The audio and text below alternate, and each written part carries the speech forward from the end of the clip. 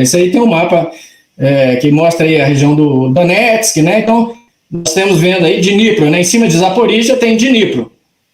Minha aposta é Dnipro-Zaporizhia, porque essa região de Donetsk aí, tá certo? Eles vão ter que avançar, eles vão poder avançar em relação a essa direção, porque não vai ter mais nada, essa área já não é mais densamente povoada, como a região do Donbass, onde eles conquistam uma cidade, já tem uma cidade logo depois, conquistam uma cidade, tem uma cidade logo depois. Como é que os russos resolveram esse problema da guerra urbana? Cercos, uma pinça por um lado direito, uma pinça por um lado esquerdo, cerca os ucranianos. Tem uma ordem presidencial, não sei se vocês já viram isso aí, existe uma ordem presidencial, um decreto presidencial, dizendo que as tropas só podem recuar. Acho que nem Stalin fez isso, né? Stalin mandou fazer isso, mas fazer um documento escrito isso, que as tropas só podem recuar com autorização do presidente. E ninguém está cumprindo isso. O Hitler fez isso, né? Mandava isso. Aquele bigodinho de Berlim tinha essas manias. O Hitler fazia isso. Isso é coisa do Adolf Hitler, né? Mas assim, tem um decreto do Zelensky dizendo isso. Ninguém pode sair da posição se não tiver autorização. Pelo amor de Deus, isso não existe. O cara está lá em Kiev, e quem está na posição do terreno que sabe o que está acontecendo.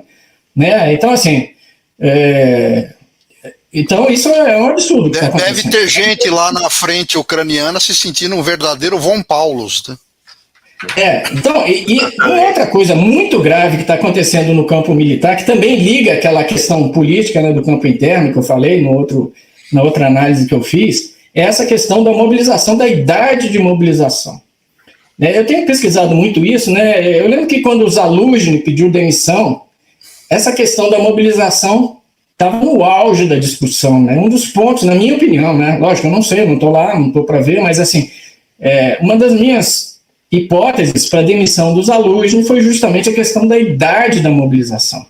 Porque o Zaluzhny queria, e sempre declarou isso, que ele queria reduzir a idade da mobilização, chamar os mais jovens. E dentro daquela ideia informacional, inicialmente eu julgava que era simplesmente por questão da ideia informacional, para não ter um impacto negativo na opinião pública, não deixa os jovens de fora, o Zelensky pensando, né? Deixa o jovem de fora, vamos pegar só os mais velhos. Então, era de 27 anos para cima. A média de idade do combatente ucraniano é 43 anos. 43 anos. Então, tem pessoas de 50 e tantos anos combatendo, convocado para ir lá combater. Mas hoje eu já tenho uma visão completamente diferente disso. E talvez aí esteja o motivo da demissão do Zaluzhny. Porque ele pediu para sair. É uma questão, na minha opinião, de limpeza étnica. Por quê? Porque eu conheço a população tanto russa quanto ucraniana, as pessoas que têm idade acima de 40 anos, normalmente elas tendem a ter uma visão mais positiva da ligação com a Rússia, porque eles viveram na União Soviética, eles eram parte, eles foram educados na União Soviética.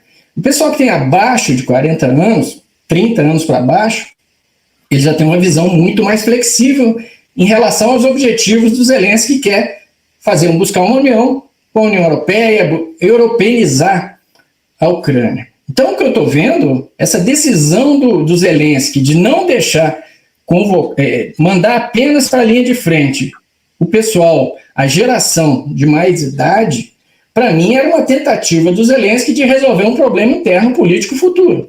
Ter menos gente com pensamento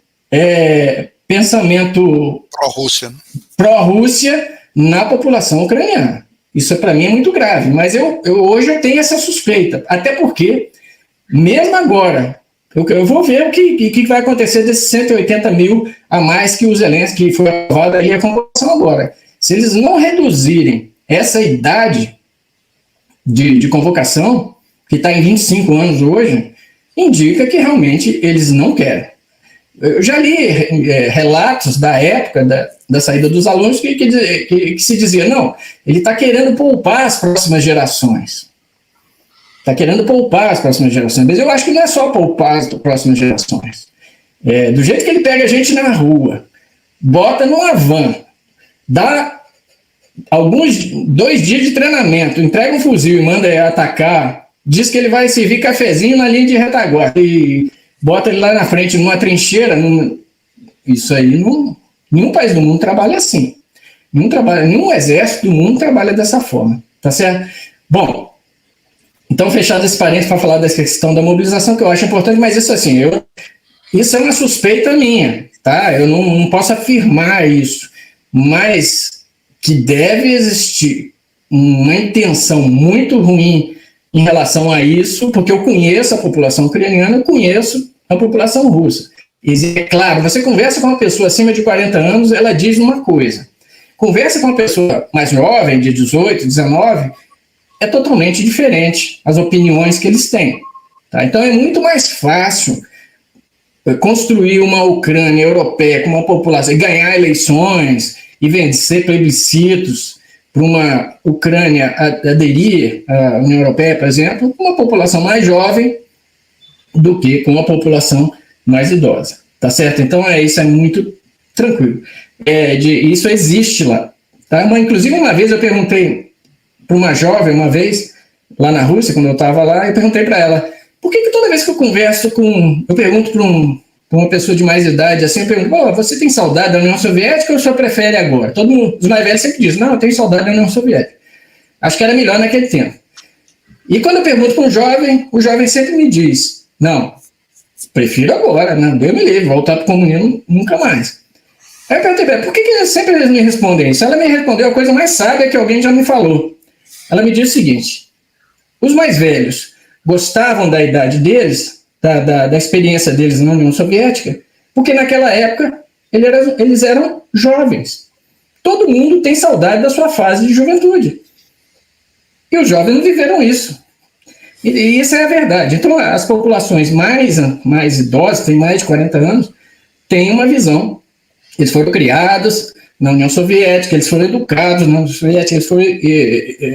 estudaram em escolas soviéticas, então, assim, isso é muito, muito característico da cultura das ex-repúblicas soviéticas, tá certo? Então, bom, no campo militar o que está acontecendo é isso.